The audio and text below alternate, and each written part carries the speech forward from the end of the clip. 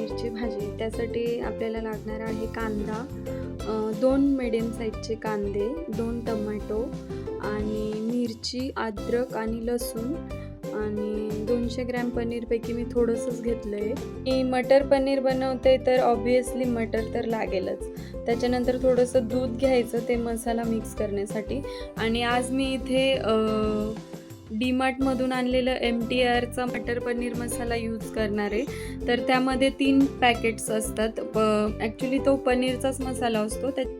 तर त्याच्यात 3 पॅकेट असतात: मटर पनीर, कढाई पनीर आणि पालक पनीर. त्याच्यापैकी आज आपण मटर पनीर बनवणार आहोत.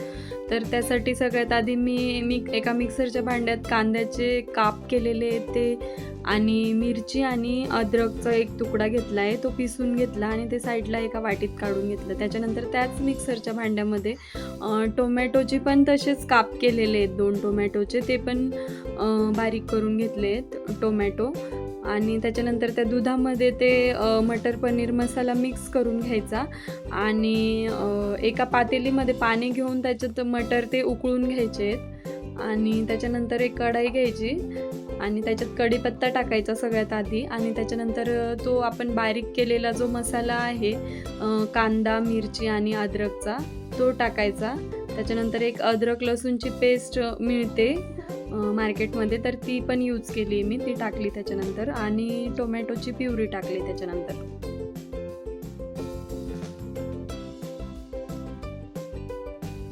आता आपण ते 3-4 मिनिटांसाठी शिजू द्यायचं ती सगळी पेस्ट. आणि त्याच्यानंतर त्याच्यात चटणी टाकायची थोडीशी आपल्या घरची, धनिया पावडर टाकायची आणि हळद आणि थोडासा गरम मसाला टाकायचा.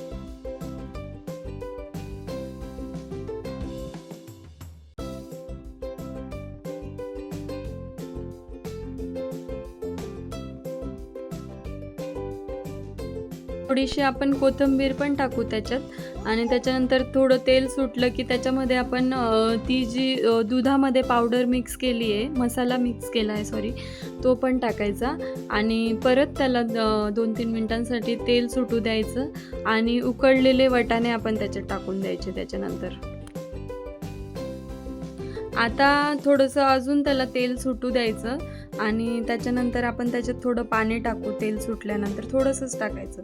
त्याच्यानंतर एका तव्यावरती जे आपण पनीरचे तुकडे केले ते म्हणजे थोडेसे असे भाजू द्यायचे. ॲक्च्युली पनीरला जास्त शिजू नाही द्यायचं असतं, तर त्याचं मॉइश्चर निघून जातं नाही तर त्याच्यासाठी आपण तव्यावर किंचित थोडंसं मीठ आणि हळद टाकून थोडंसं परतून घ्यायचं 1-2 मिनिटांसाठी.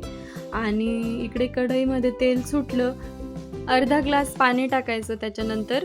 आणि आता त्याला चांगली उकळी फुटू द्यायची, उकळी येऊ द्यायची आणि त्याच्यात ते पनीर आपण भाजून घेतलेले ते टाकून द्यायचे. त्याच्यानंतर वरून कोथिंबीर टाकायची आणि इकडे आपली भाजी रेडी आहे. व्हिडिओ आवडला असेल तर लाईक, शेअर आणि सबस्क्राईब करा. आता आपण कणिक भिजवून घेऊ चपाती करण्यासाठी.